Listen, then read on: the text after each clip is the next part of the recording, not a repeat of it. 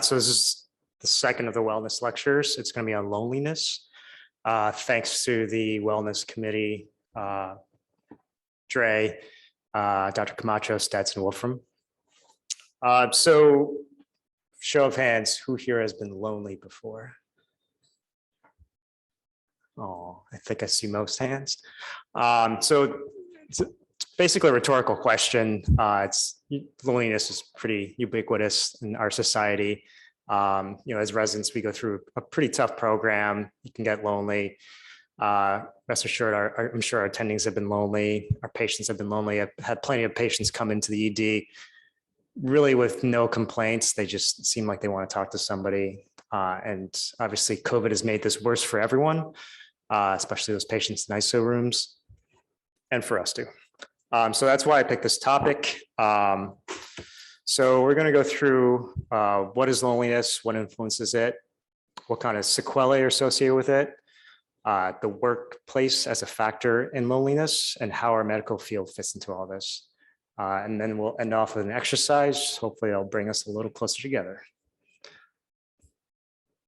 And yes, Keanu Reeves does get lonely too. So loneliness, it's defined as a subjectively experienced adverse emotional state that is related to a perception of unfulfilled intimate and social needs. Pretty long definition, it's pretty sterile, but one of the main things here is that it's subjective and not objective. Although there are different scales that you can use to qualify how lonely you are, one of them being the UCLA loneliness scale. Another definition, a little easier to digest, is that it's described as a dissatisfaction between what is desired and what your actual social relationships are. So there's a psychologist named Weiss who described two types of loneliness. One is social and the other being emotional. So social is the absence of having an acceptable social network. Typically it revolves around a lack of social integration. So for example, if you relocate or move somewhere, or you're starting a new job or a residency program, you're basically lacking a social network. Unemployment is also seen as you're not adequately integrating to society. And then emotional loneliness is the absence of reliable attachment figures. So he gave two examples that kind of exemplify the difference between the two. So he studied and talked to a support group. It's called Parents Without Partners. These are for single, divorced, and widowed parents. They tended to stay lonely for a while, even though they had the support group and they had friends. They demonstrated emotional loneliness because they didn't have reliable attachment figures. On the other hand, he studied recently married couples who were emotionally satisfied, but they reported experiencing loneliness because they moved somewhere else. And basically, loneliness stems from our lack of this innate need to be in society. You can see this in different models that show social relationships. I think we learned about these in med school. Erickson's psychosocial theory of development, attachment theories between children and parents, and then Maslow's hierarchy of needs. So I want to stress that solitude is not loneliness. Solitude, or just physically being alone, is a physical state. Oftentimes this is very wanted and you just want to be left alone. On the other hand, somebody that's surrounded by people can still be lonely. For example, a person in New York City, there's millions of people around, or for example, this residency program, one of the largest in the country, you can still be lonely. Also want to stress that the number of friends you have does not predict loneliness. There was a study that showed children with one friend are not more lonely than children with more than one friend, but they are less lonely than those with no friends. So get a friend. Yeah. So trying to figure out what's contributing to loneliness in society. So some people think that it's due to increasing number of people living alone. About a quarter of US households now fall into this category, as opposed to 8% in 1940s. And in Manhattan alone, about 50% of households are single occupancy. It's also suggested that changes in family structure are adding to this. There's a fall in marriage rates, perhaps an increase in divorces. And then we also have an aging society where sadly, elderly are being shuttled into nursing homes. They're not with a family unit as much. There's also a lack of mobility, losses of spouse and friends, increasing health issues. They might understand connectivity through technology as much as we do. Sorry, we as in younger folk. Also, social media. There's a few papers out there that show the more time you spend on social media, or even the more frequent you visit these sites or platforms, the more you perceive social isolation to be in your everyday life. There's also a change in the office work environment, which we'll talk about later. So there might be generational differences as well. There's a recent poll that showed that, typically we often cite that elderly population, like I just said, experience more social isolation for the reasons I mentioned, but certain polls suggest otherwise. This poll in 2020 in May showed that about 3 in 10 millennials feel always or often lonely, which is higher than the other generational groups you see here. And the same pattern occurs when you talk about mental health and whether it's improved or worsened during the pandemic. And there's socioeconomic factors. So these studies, people that were receiving state benefits were shown to have less strong social networks, experience more loneliness, use public spaces less, and have more hospital or GP visits. Also had poor mental health issues. Had poor mental health as well. There's a thesis paper, the one below here, that talks about circumstantial loneliness.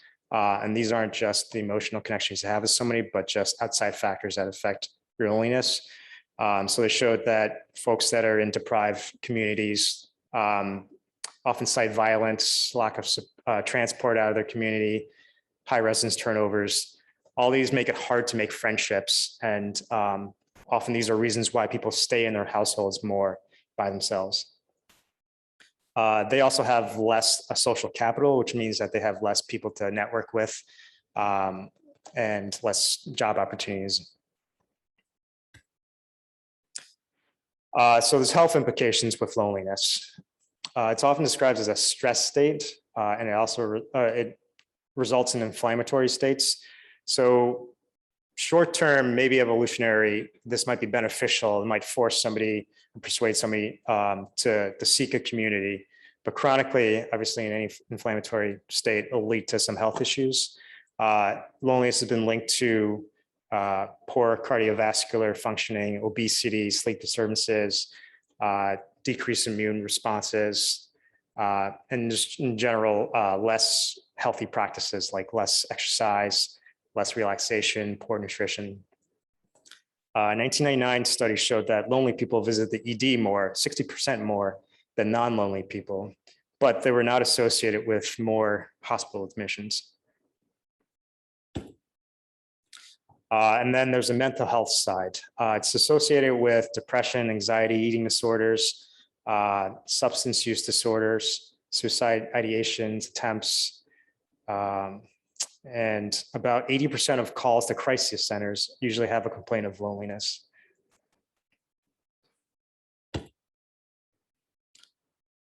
So we're going to switch over to workplaces. So why does the workplace of all places affect your loneliness factor? Just going back to Weiss, who's that psychologist I talked about in the first slide, he essentially said to alleviate social loneliness, you need to stress the importance of being integrated into society. And he said that by doing this, self-worth was enhanced by acknowledging a person's skills and abilities. And then you can also share common interests and activities.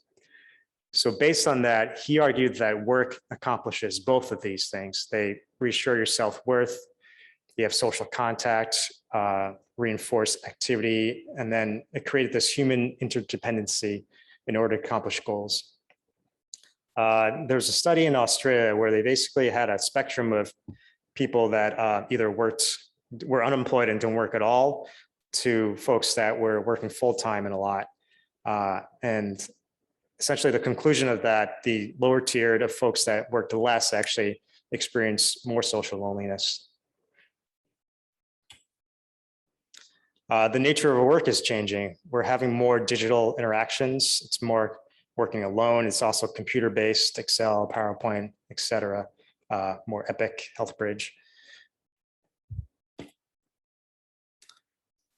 And these have consequences. So a Wharton study showed that limited connections and lonely workers had decreasing performance, were more likely to quit and felt less satisfied with their jobs.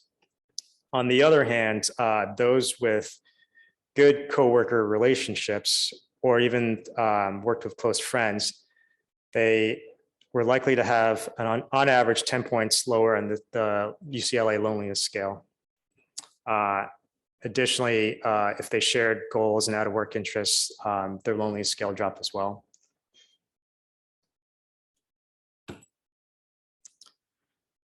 So 2018 survey by Harvard Business Review, they went through 4,000 American workers and found that those who held law and medical degrees were the loneliest as a group. They were 25% lonelier than those with bachelor degrees, 20% lonelier than those with PhDs. So this really applies to us, obviously being in the medical group. There are other demographics, like gender, race, ethnicity, geographic location. These paled in comparison as a predictor factor for loneliness when compared to somebody's work. They also found that social support, relationship status, and sexual orientation played critical roles in determining loneliness.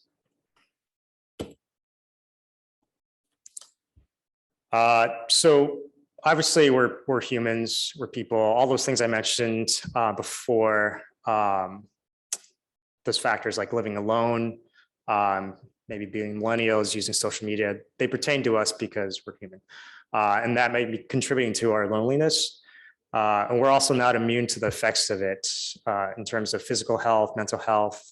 Some might have gained weight or lost weight during residency. We might develop medical problems, might become depressed, use drugs, alcohol as a coping mechanism. But there might be other contributing factors to why we as physicians might feel more lonely. We're in a very competitive field, success-driven. We're very individualistic in this sense. We're always trying to set ourselves apart. If you're applying for residency, if you're applying for fellowships or jobs. We also have non-congruent life stages with our non-physician friends. During pre-med, a lot of us might have been studying in our dorm rooms or elsewhere, compared to our colleagues who might be out having a more balanced lifestyle. While we graduate undergrad and decide to go to med school, our friends might be getting jobs and having again, a better work-life balance. We continue training in medical school and have a prolonged training. Essentially, our friends move on socially, economically, physically. They might progress in raising families while we're in some sense stuck. We also have a pretty prolonged career path. I don't think we need to really go through the stages, but every time we join a new stage, essentially we are demoted. In med school, we're MS1s. In residency, we're PGY1s. When you're a fellowship, you're just starting as a first year. And then when you're attending, you might be starting somewhere you don't know anybody. There's a sense of imposter syndrome as a new resident, even as a new attending, especially if there's nobody to support you. And this is especially important, say, a malignant residency or a single coverage small hospital that you may be working at. And then studies are showing too, younger employees to a new job typically express more loneliness. We can find. I just found it funny in this picture, this US-based little ad here, forgot to mention medical school. Other contributors, burnout, I think we're all pretty aware of this, might stem from just extra work you have to do through bureaucracy, working long hours, taking care of sick people, et cetera, et cetera. And there might be institutional and systemic factors. I guess more particularly, I was looking at discrimination in a traditionally Caucasian male dominated field. There was a paper published in '81 called Feelings of Loneliness in Women Medical Students. And the first line of the abstract reads, despite recent increases in the number of women medical students, feelings of loneliness may continue to exist more among female than male students. And they added the reasons for this is a perception that a physician is a male. There might be institution dominance by one society group over another. Certain fields are more male dominated. There's less acceptance by the community that, say a female is a physician, and they often express more negative reaction towards sexist humor.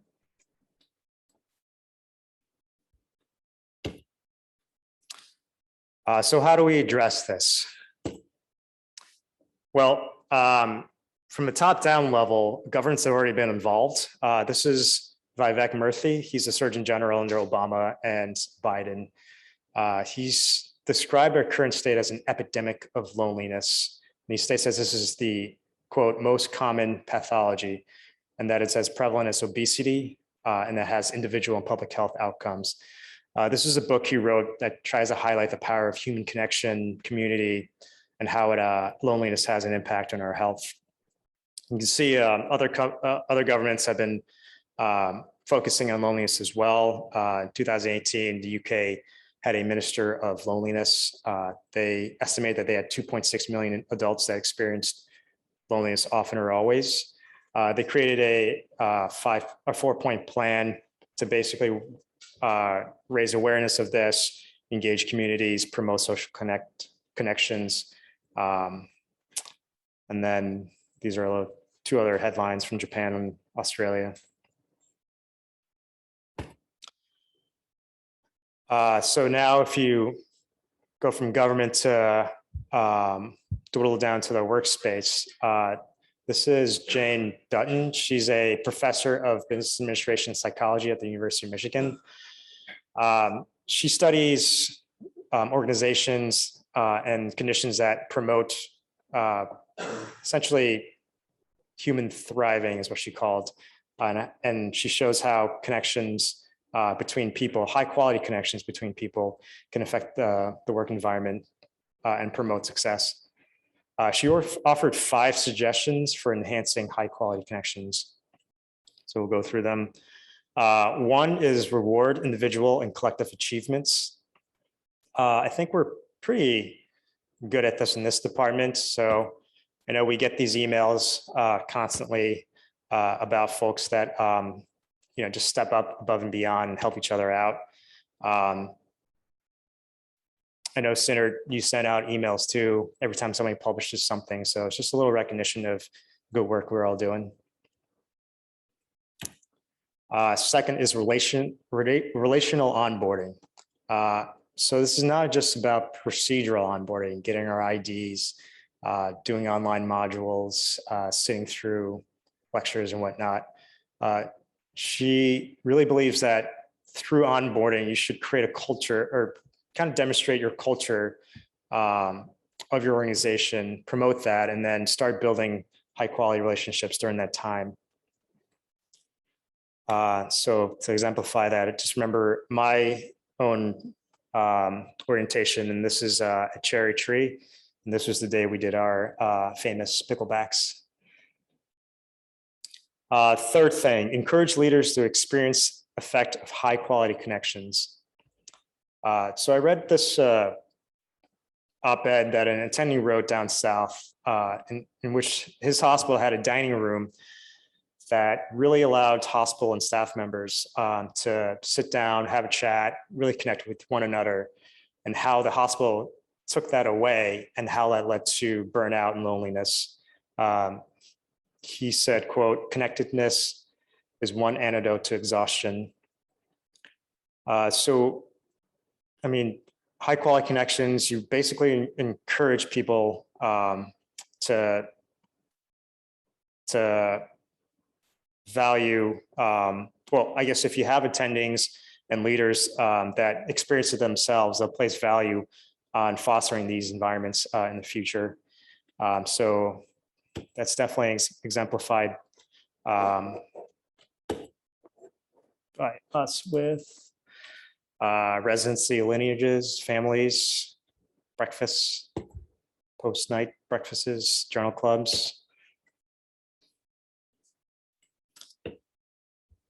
Fourth one, daily acts of gratitude. Doesn't have to be anything fancy. These are just simple acknowledgments of what positive things someone's done. It could be something as simple as snacks from the wellness committee, to text with colleagues saying good job or thanks for teaching something. And then 5, customize interactions to uniqueness of person. So not all of us bond through just talking to somebody about work or something specific. Some of us bond through, say, sandwiches or cats or dogs. So we have a plethora of clubs here through our residency that we do. So just to reiterate, we just want to focus on high value connections. How we should understand how they affect our own well-being, the well-being of others, the people we work with, and how they translate into work progress and success. So we should be really taught, obviously we're taught about the doctor-patient relationship, but we can also focus on the doctor-to-doctor relationship as well. And that being said, we're going to do an exercise.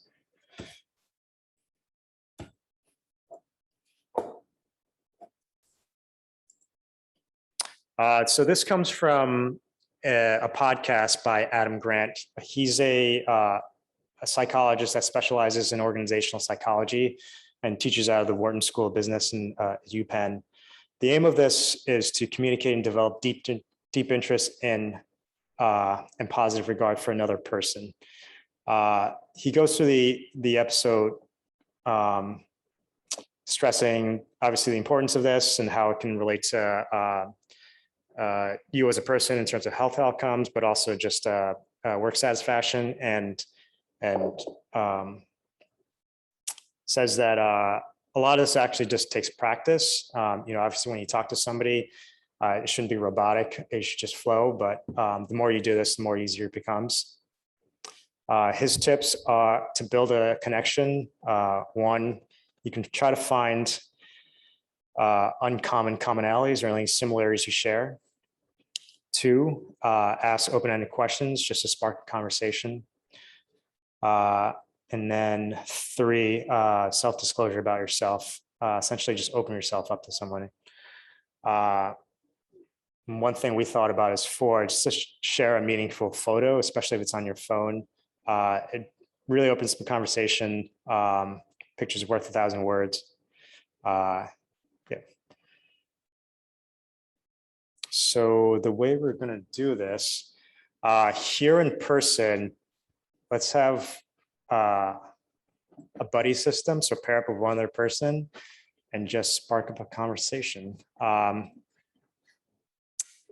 You can either use a photo to show on your phone and just talk about it. You can ask a question. You can ask open-ended questions. You can share something about yourself that nobody really knows about.